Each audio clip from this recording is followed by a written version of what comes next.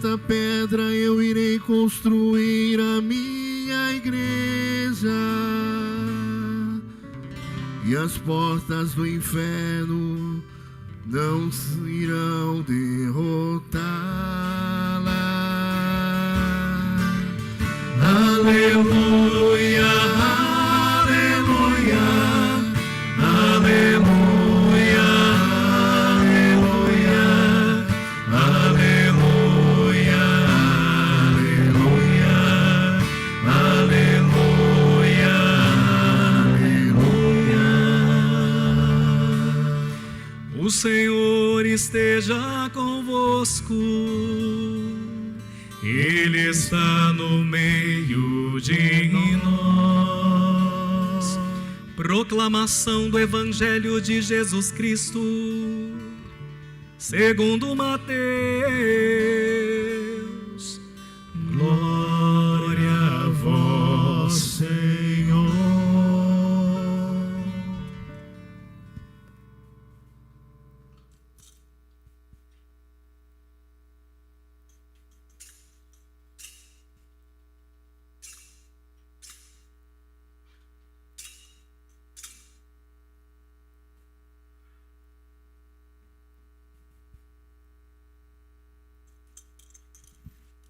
Naquele tempo, Jesus foi à região de Cesareia de Filipe e ali perguntou aos seus discípulos: quem dizem os homens ser o Filho do Homem? Eles responderam: alguns dizem que é João Batista, outros que é Elias, outros ainda que é Jeremias ou algum dos profetas. Então Jesus lhes perguntou: e vós, quem dizeis que eu sou? Simão Pedro respondeu: tu és o Messias, o Filho do Deus vivo. Respondendo, Jesus lhe disse: feliz és tu, Simão, filho de Jonas, porque não foi um ser humano que te revelou isso, mas o meu Pai que está no céu. Por isso eu te digo que tu és Pedro, e sobre esta pedra construirei a minha igreja, e o poder do inferno nunca poderá vencê-la. Eu te darei as chaves do reino dos céus. Tudo o que tu ligares na terra será ligado nos céus. Tudo o que tu desligares na terra será desligado nos céus. Palavra da salvação. Glória a vós, Senhor.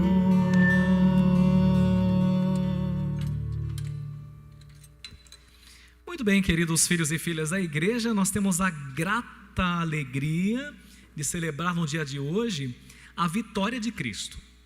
É muito importante que o católico tenha isso muito claro. Quando nós celebramos um santo, nós não estamos exatamente celebrando aquele santo. Não, porque isso é tirar Deus do centro e cometer até mesmo o pecado da idolatria. Celebrar um santo é, na verdade, celebrar o triunfo e a vitória de Deus na vida daquele homem, daquela mulher. Então, o culto ao santo só faz sentido quando ele serve para dar glória a Deus.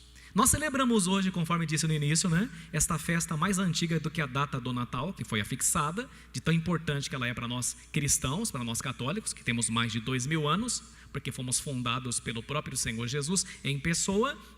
Nós celebramos São Pedro e São Paulo hoje, para celebrar como Deus triunfa na vida das pessoas, não obstante as suas misérias, não obstante as suas fraquezas. Deus triunfa, ainda que os homens e mulheres sejam nulos e falhos, Deus sempre triunfa. Então, esta é a grande mensagem da liturgia de hoje de São Pedro e São Paulo. E é por isso que a igreja convida a gente para que nós possamos olhar para dois homens com suas fraquezas e defeitos, mas que se permitiram serem lapidados por Deus. E aí permitiram que Deus os transformasse naquilo que Deus tinha para eles. São Pedro, como nós sabemos, morreu pela cruz. São Paulo morreu pela espada. E é por isso que na imagem de São Paulo ele segura uma espada, que foi um instrumento de sua entrada para a vida eterna, para o paraíso. Nós sabemos também, e vale a pena lembrar, que um negou nosso Senhor e que outro perseguiu de forma atroz a igreja de Deus. Mas não obstante todos esses erros e delitos, Deus fez desses dois homens rudes e imperfeitos joias preciosas incrustadas na sua coroa de Cristo Rei, de Cristo Vencedor.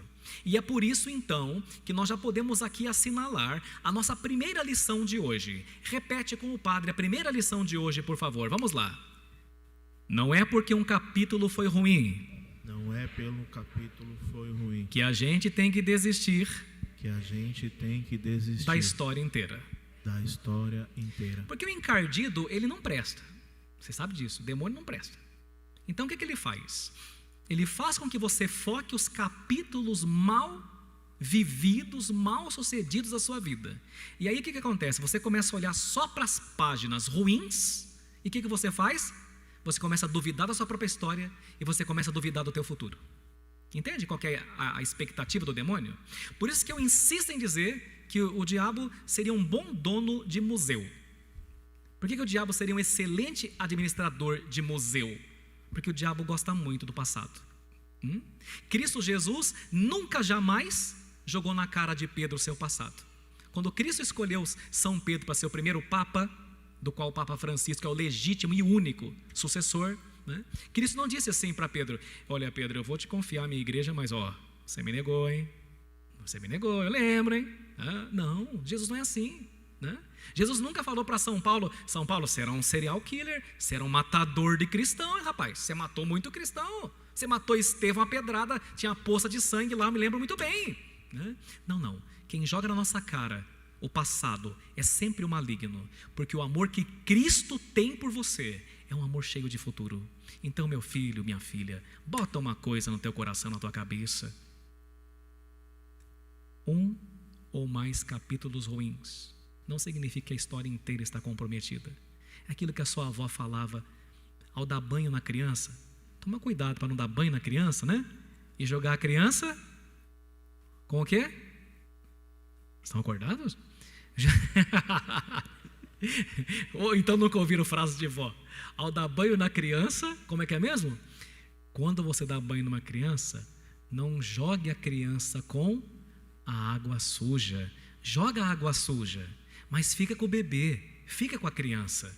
Nós vamos ter a sabedoria de separar as coisas na nossa vida que podem ser mantidas e as coisas que não devem, as que nos aproximam do Senhor e as que não nos aproximam. Mas toma cuidado para não perder tudo. Então aí que está a primeira mensagem da Santa Missa de hoje. E a segunda: como o amor de Cristo por nós, o Papa Francisco nos ensina isso, alarga o nosso futuro, não se importando com o nosso passado, desde que a gente queira mudar. Aqui nós percebemos como Cristo, Jesus, é diferente de nós.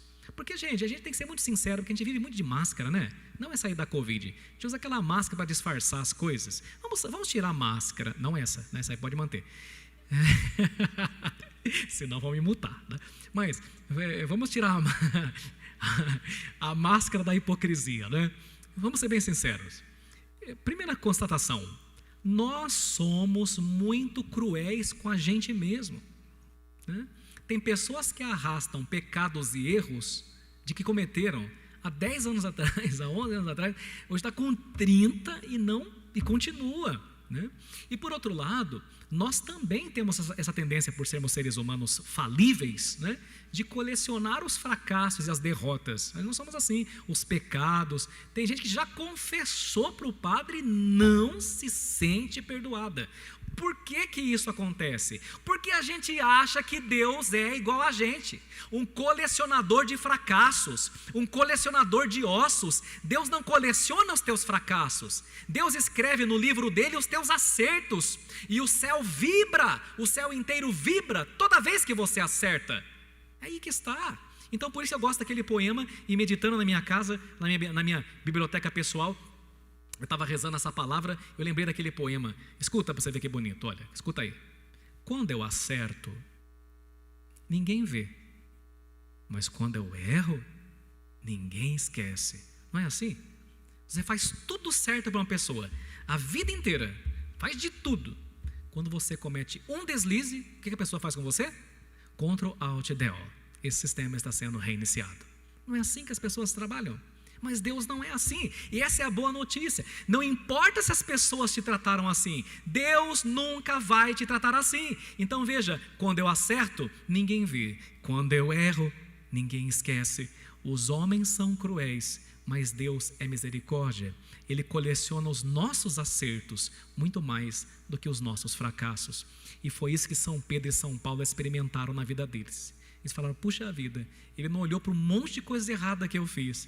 Ele só olhou para os meus acertos. E é por isso que eles deram a vida por nosso Senhor, se tornando simplesmente nada mais, nada menos que as 2 colunas da Santa Igreja Católica. Então, meu filho, como dizia São João Paulo II, né? Justamente porque todo pecador teve um passado, é que você pode ter um futuro. Todo pecador teve um passado. E por isso você pode ter um bom futuro. Todo santo tem futuro, como todo pecador teve um passado. Todo santo também teve um passado. E é por isso que todo pecador pode ter um belo futuro. Nunca se esqueça disso. Porque todo santo teve um passado, São Pedro e São Paulo e um monte deles, todo pecador tem direito a ter um futuro. Mas eu quero continuar porque tem mais coisas. Vocês sabem que de vez em quando eu gosto de citar aqui alguns seminaristas. Um dos nossos seminaristas do nosso seminário escreveu uma coisa muito bonita que eu ia falar isso, mas ele falou melhor do que eu ia falar. É por isso que eu prefiro falar com as palavras dele. Olha lá. Escuta. A primeira leitura de hoje, agora não é sou eu que estou dizendo, estou citando, daí eu vou explicar. Nos mostra a presença e a ação de Deus numa das situações mais difíceis da vida de Pedro. Pedro está preso e pronto para morrer, prestes a morrer. 2 coisas podemos compreender dessa leitura. A primeira, de que a oração é o caminho para a verdadeira libertação.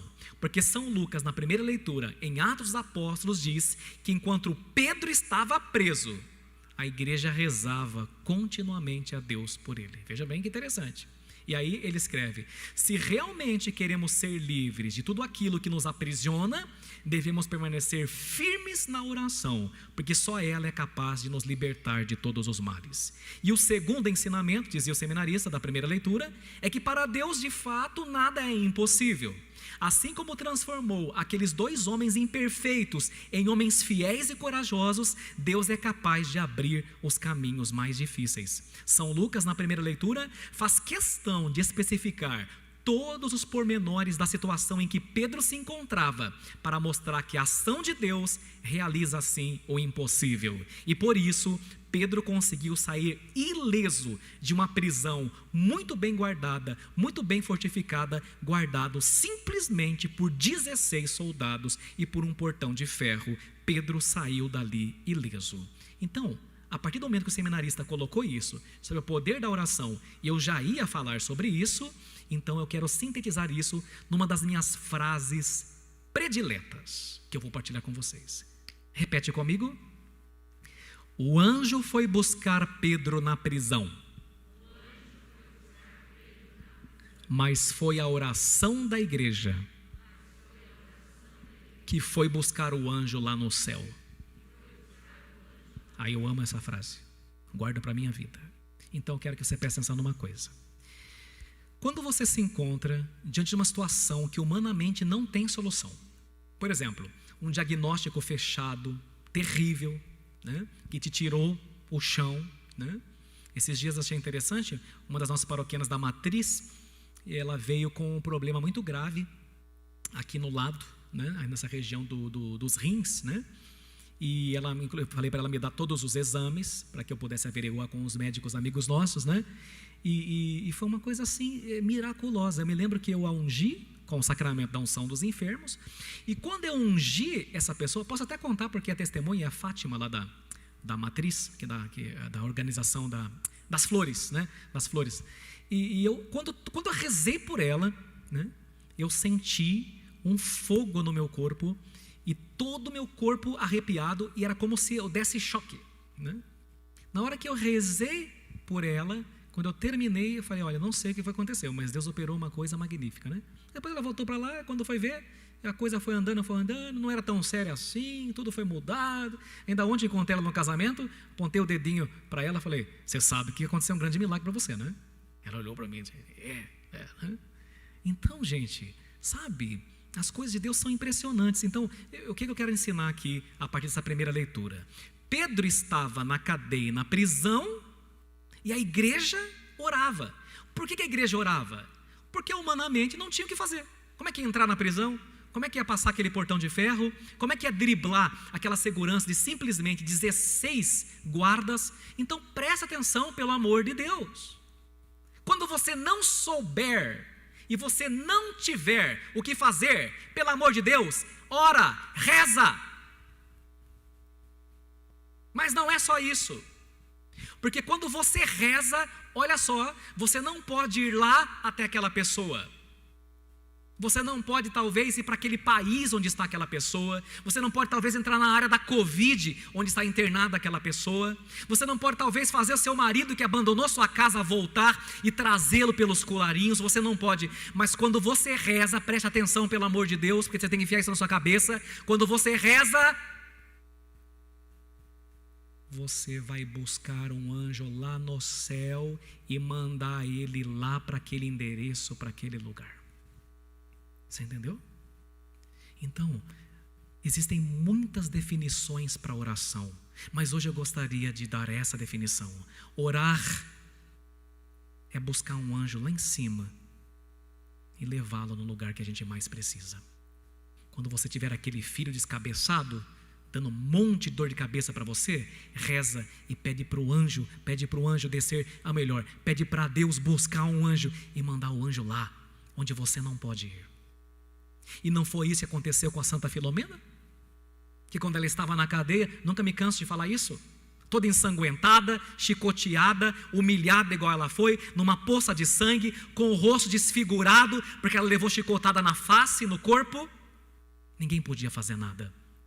Mas ela rezou, e quando ela rezou, um anjo de luz desceu naquela cadeia, mofada e escura, a cela se iluminou, ele a ungiu com o bálsamo, com o óleo, por isso que nós temos o óleo de Santa Filomena aqui, e ela ficou mais bela do que nunca, e todas suas feridas e chagas foram cicatrizadas, porque a palavra diz hoje no Salmo, o anjo do Senhor vem acampar ao redor dos que o temem e o salva, e por isso nós cantamos, de todos os temores, me livrou o Senhor Deus. Então quando você não puder ir, quando você não puder fazer nada, quando não estiver sob o seu alcance, ora, e Deus manda um anjo no seu lugar, já que você não pode ir, um anjo vai até lá, e ele tomará as devidas providências, as devidas precauções, dando o auxílio celeste do qual você precisa, do qual você necessita. Então eu quero repetir, o anjo foi buscar Pedro na prisão, foi sim, mas foi a oração da igreja que foi buscar o anjo de Deus de lá do céu e o enviou naquela cadeia. Pensa que acaba aqui? Não, tem mais. Na segunda leitura, o apóstolo São Paulo vem nos lembrar de que nós estamos aqui nesse mundo para, repitam comigo, completar uma corrida. Então o que é que você veio fazer aqui na terra? Por que é que você nasceu? Por que que a sua mãe teve você? Por que que você casou? Por que que você namora? Por que que você estuda? As pessoas não entendem isso. Tudo que você fizer nessa vida é para completar uma corrida. Não adianta correr e não chegar na meta e não chegar no alvo. Os cristãos são aqueles que sabem que estão aqui na terra porque tem uma meta para alcançar. E tudo aquilo que te desvia dessa meta, você tem que cortar por mais que te doa. Algumas vezes nós teremos que nos privar de situações, não é? Muito dolorosas, que nos trarão muita dor, mas se elas nos desviam da meta, é necessário cortar para o bem da nossa vocação, para o bem da igreja, para o bem da nossa caminhada. Tudo aquilo que te desvia dessa meta, chuta que é macumba. Se você tem um namorado que te leva para o mau caminho, que te leva para a sensualidade, que te leva para a cama, chuta que é macumba, porque ele não está preocupado com a tua salvação, mas com o seu bem-estar. Se você tem amigos que só te levam para a embriaguez, que não te edificam, que não te acrescentam e que te tiram da igreja, chuta que é macumba, porque eles não estão contribuindo para que você atinja a meta. Se você tem uma amizade que não te ajuda a atingir a meta, corta. Porque a palavra é clara no Evangelho de Mateus. Se o teu braço direito te leva a pecar, corta. Porque é melhor entrar sem um braço no céu do que com os dois de tudo para o inferno, onde o fogo nunca se apaga. Tem coisas em nossa vida que nos desviam da meta e a gente precisa ter a coragem de cortar e de botar um ponto final. Bote um ponto final em tudo aquilo que te desvia da meta. Nós estamos aqui na terra, vamos ver quem se lembra ainda. Para quê mesmo? Para completar uma corrida. E que triste vai ser os atletas correndo e caírem pelo caminho e não chegarem no alvo. E o alvo é a vida eterna. O alvo é o paraíso. Então, se eu tenho alguma coisa, algum trabalho, alguma pessoa e mesmo algum estudo ou graduação que me tira da meta, eu preciso ser homem, eu preciso ser mulher, no seu caso, de cortar. Porque aquilo não me santifica, aquilo não me leva a Deus. Nós viemos aqui para completar uma corrida. Por isso São Paulo diz, hoje na segunda leitura, combati o bom combate, completei a corrida, guardei a fé. E São Paulo é um gênio, né? Porque ele usa a imagem dos atletas nas Olimpíadas e nas corridas. Veja as renúncias de São Paulo que um atleta, que um jogador faz em Olimpíadas, em Copa do Mundo. O cara quando está na Olimpíada, o cara quando está na Copa do Mundo, ele tem uma dieta rigorosa, ele não bebe cerveja, ele não bebe uísque, ele não dorme com a esposa, ele se priva de tudo aquilo que ele gosta, por causa de um bem que é muito maior. Hoje às 8 da manhã, eu falei uma coisa lá, vocês podem achar engraçado, mas é verdade. A turma olha para a seminarista, né, e pergunta assim, nossa, mas você está no seminário? Sim. Mas então você não vai casar? Não. Ah, mas é tão bonitinho. Quer dizer que os feios têm tudo ser padre, né? Os feios, né? Esquisito esse pensamento, né? Enfim, eu não posso falar tudo. Mas então, como eu estava dizendo, né? Aí depois a pessoa fala assim, mas você não quer ter uma família? E tem alguns até mais ousados. Mas você vai entrar para o seminário, uma vez um daqui da paróquia, me lembro até hoje, um daqui da paróquia. Você vai entrar para o seminário? O rapaz falou, vou. Então você não gosta de mulher? Né? Não pergunta, Felipe? Né? Então, o que acontece? O que está por detrás disso? É um mundo materialista demais. Então, veja bem, o Dom Júlio, nosso bispo, nos fala muito isso. O rapaz candidato a padre, ele tem vontade de ter uma família. Ele tem vontade de ter uma mulher do seu lado. E ele sofre por isso. Mas ele abraça a cruz por amor a algo que ele acha que é muito maior. Entende o sentido? Se você não entender isso, você não vai entender nada na sua vida. É porque eles descobriram um tesouro de maior valor. E aí, se for a vocação deles, é claro, né? Que o casamento é uma vocação belíssima. Mas veja bem, descobriram uma pérola. E aí, com dor no coração. Veja bem, para ser um bom padre, um candidato para ser um bom padre, o coração dele tem que sangrar por ele não poder ter uma família e não ter filhos. Porque aí o sacerdócio tem ainda mais valor. Porque daí o sacerdócio tem dimensão de cruz. E aí que ele se torna mais poderoso ainda. Porque ele se torna um sacerdócio feito na base do sacrifício. E só se ama de verdade quando se faz sacrifício. E é por isso que muitos e muitos, né, inclusive padres nossos, quantos e quantos já estavam noivos, né, e com dor e lágrimas escolheram o Senhor. Mas isso é para poucos, é para aqueles que o Senhor chama. Então nós rezamos também hoje, que é o dia de rezar pelo Papa, rezamos por todos os padres, pelos bispos e pelas vocações, para que tenhamos santas e belas vocações. Mas meu filho e minha filha, eu preciso terminar. Também hoje as pessoas vivem numa corrida, as pessoas também correm. A semana passa que a gente nem vê. Não sei se você percebeu que o tempo está acelerado. Se não tomar cuidado, você não faz tudo que você precisa. O tempo está acelerado e as pessoas estão com muita pressa. Mas a pergunta que não quer calar é: aonde é que você vai com tanta pressa? Para onde você está indo, meu irmão? Para que essa pressa toda? Você também está correndo, mas será que você está correndo? Desculpe agora o termo que eu vou usar, mas os especialistas estão usando esse termo e eu vou usar. Nós estamos hoje como sociedade capitalista, vivendo aquilo que os especialistas chamam de a corrida dos ratos. O que é a corrida dos ratos? Já viu o ratinho naquela gaiola, camundongo brincando? O que é a corrida dos ratos? É a pessoa que não descobriu a sua vocação. Ela acorda segunda-feira, vai trabalhar, talvez estuda, faz alguma coisa. Terça-feira, acorda, vai trabalhar, estuda. Quarta-feira, não há nenhum problema nisso. Mas a questão é, faz sentido? É a minha vocação? É aquilo que me realiza? É aquilo que me completa? Ou eu sou alguém que foge o tempo todo na minha rotina e quando eu vejo é sábado e domingo, não é? E aí vai chegando segunda-feira, a pessoa, Deus o livre, está chegando segunda, porque tem que ir para aquele trabalho que eu odeio. Como é triste isso.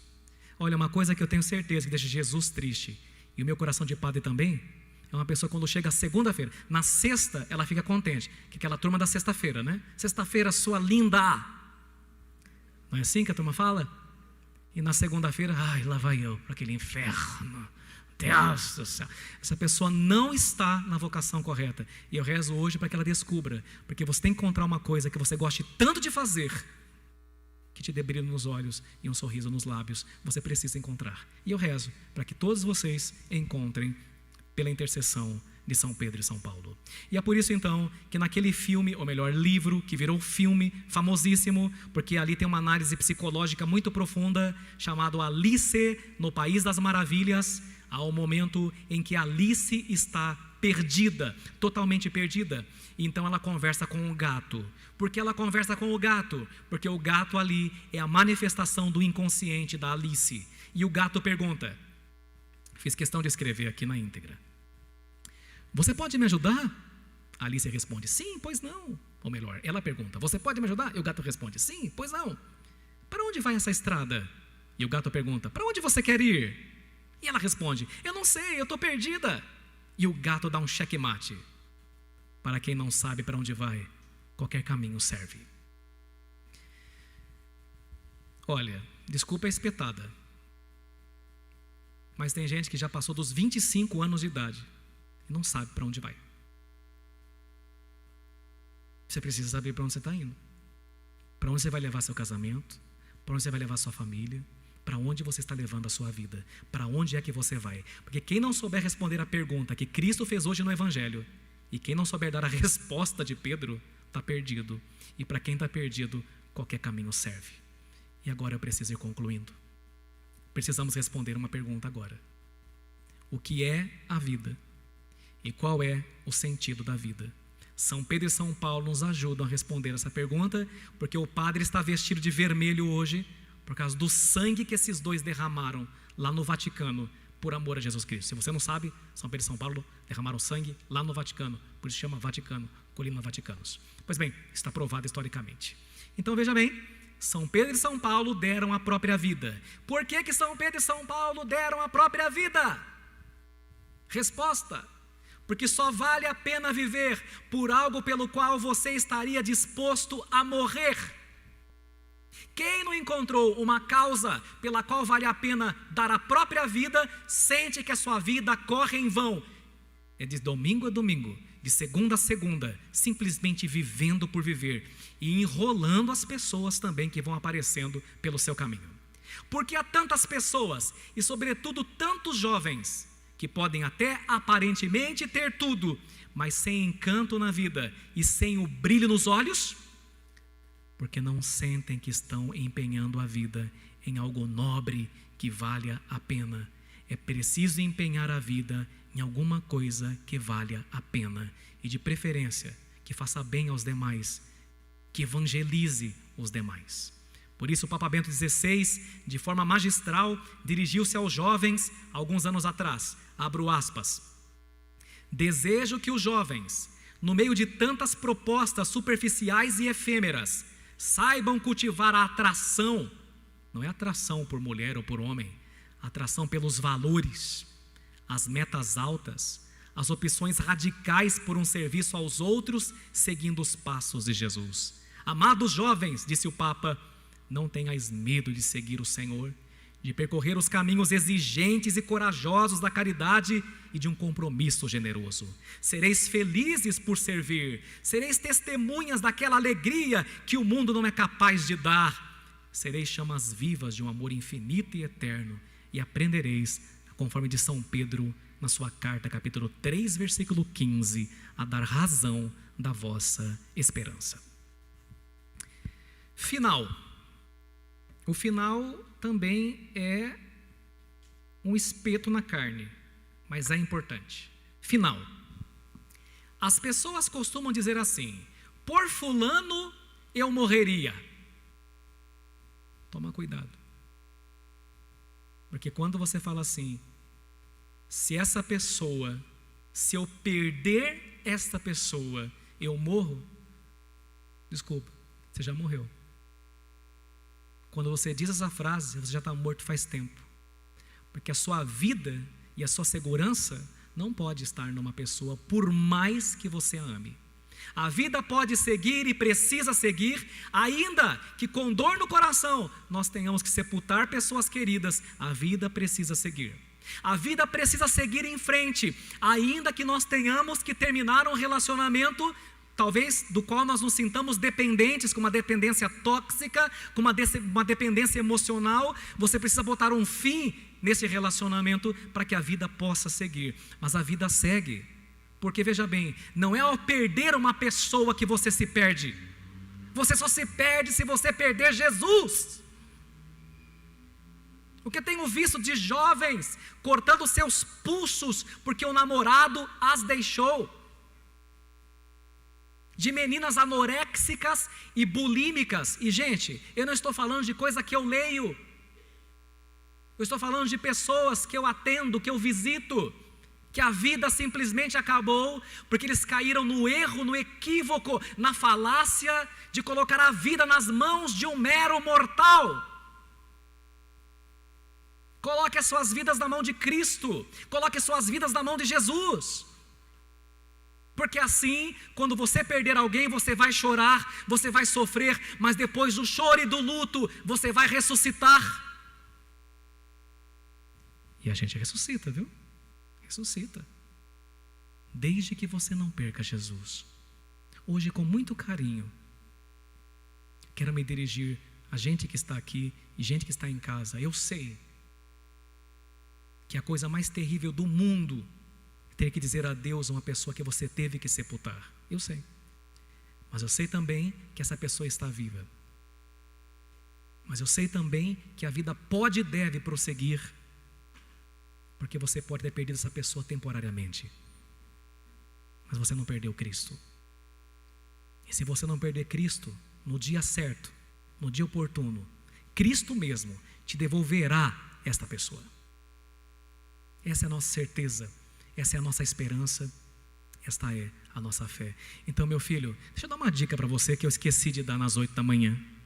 Esqueci, infelizmente, mas que bom que fica gravado. Deixa eu dar uma dica para você. Ao perder algo ou alguém, por favor, não se perca. Ao perder alguém, não se perca. Porque se você não perde Cristo, você não perde nada. Então, o que é a vida, Padre Wagner?